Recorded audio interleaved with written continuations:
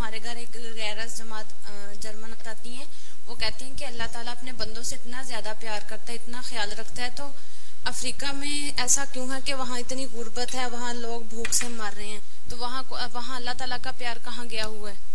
अच्छा, वो खुदा को नहीं मानती? जरूर वो यही बात कर रही थी कि अल्लाह ताला अपने बंदों से इतना प्यार करता है। ठीक है, अल्लाह ताला ने दो कानून बनाए हुए हैं, एक कानून कुदरत है, कानून शरीयत है। अल्लाह ताला का प्यार भी है, अल्लाह ताला की रहमत भी है, ठीक है। और अगर कोई काम नहीं करेगा या निकम्मा होगा या खुद बीमारियां, बेशुमार बीमारियां आती हैं, तो यहाँ नहीं भी लोगों को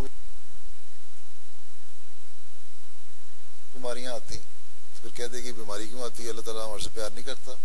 लोग फौत क्यों होते हैं, प्यार नहीं करता। लोग तूफानों में, हरिकेन आते हैं अमेरिका में, ज़लज़ले आते हैं दुनिया में, उससे मरते हैं लोग, अल्लाह ताला प्यार नहीं करता।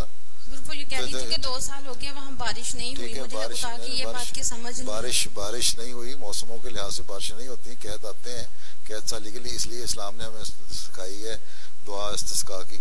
अफ्रीका में बहुत जगहों जहाँ जमाते हैं, कई लोग मुझे लिखते हैं कि बारिश नहीं हुई, दुआ करें, तो मैं उनको ये कहता हूँ नमाज इस्तिस्का जो है, बारिश के लिए दुआ करो, बारिश निकल के, और की उन्होंने दुआया और वहाँ बारिशें हुई और अल्लाह ताला की वजह से ठीक हालात हो गए।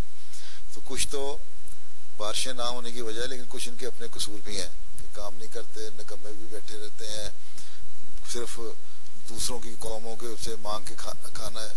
और इसीलिए अल्लाह ताला ने रहम करता है, इसलिए अपने बंदों को कहा कि जो मेरी सिफत है रहम की, वो तुम लोगों को भी अपनानी चाहिए। इसलिए अल्लाह ताला ने फरमाया कि सदका और खैरात करो, गरीबों का ख्याल रखो, ठीक है। तो ये जो मुल्क जो अपने इतने जो